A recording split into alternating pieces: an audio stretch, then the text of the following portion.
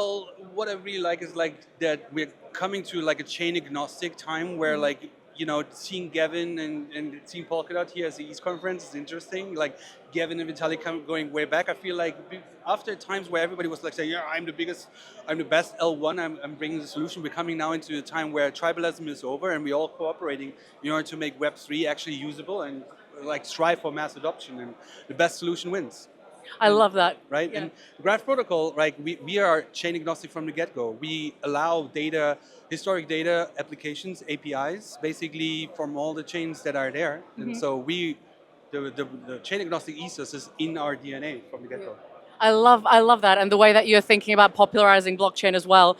AI recently went through a renaissance that, despite existing for a really long time, the average person in the street kind of started using it. I really hope that that's going to be happening with Web3 blockchain as well. What do you think like the next steps are that need to happen for the kind of mass adoption, and what are you also looking for like in the next year that maybe ETH 2025 will bring in this regard?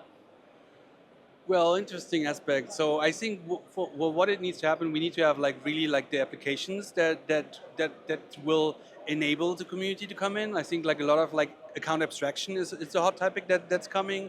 We see SocialFi popping up with like Farcaster and Wobcast, where we have like new incentives. I mean, like it's a long story, but right now with exactly like L2s, like you can bridge from assets and like. It's pretty much where I see the mass adoption coming, like SocialFi and like also trusting basically like social media that is coming not from a large entity, but it's decentralized and where the information is useful. And it's more of less like, it's a real peer-to-peer in a sense, not like peer-to-peer network when it comes to data and validation. It's like the experience that I have on a decentralized network is way different than when an algorithm dictates me in what I have to be interested in. So I think that's a lot of value.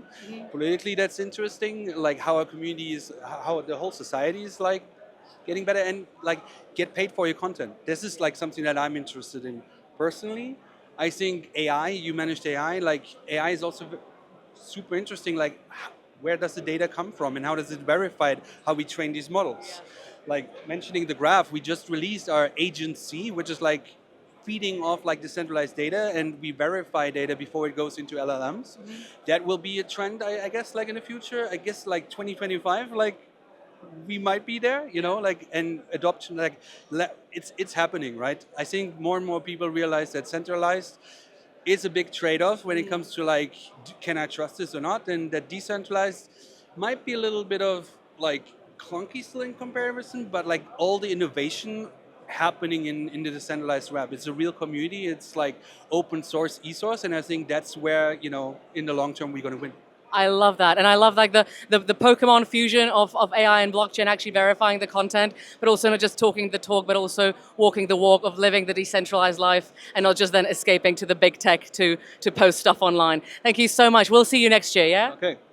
Yeah. See you. See you next year. Bye.